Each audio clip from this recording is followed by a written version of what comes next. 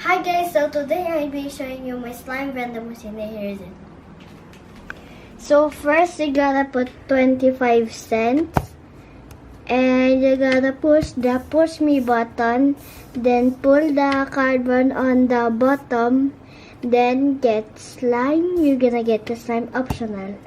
You can also get free chocolate bar, which is here.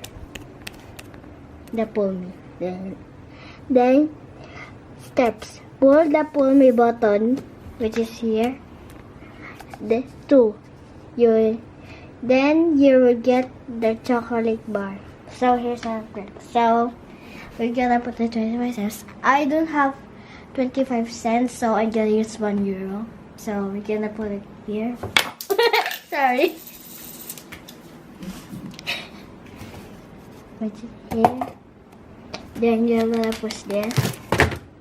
Then you're gonna put it. Then you gotta get the slime. Then you gotta put it back in there. Then if you want free chocolate, please pull the sign.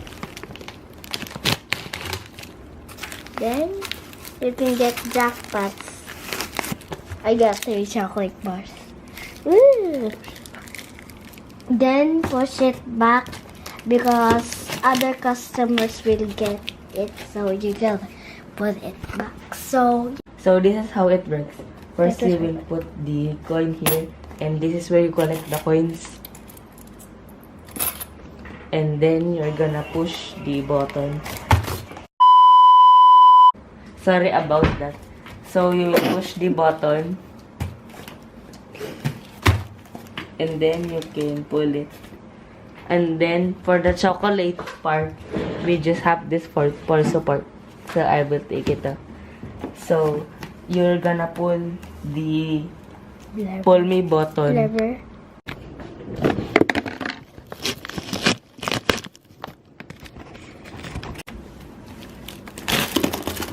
And then the chocolates will fall, and then you will get it in this small hole. So thank you guys for watching and subscribe to my channel and bye.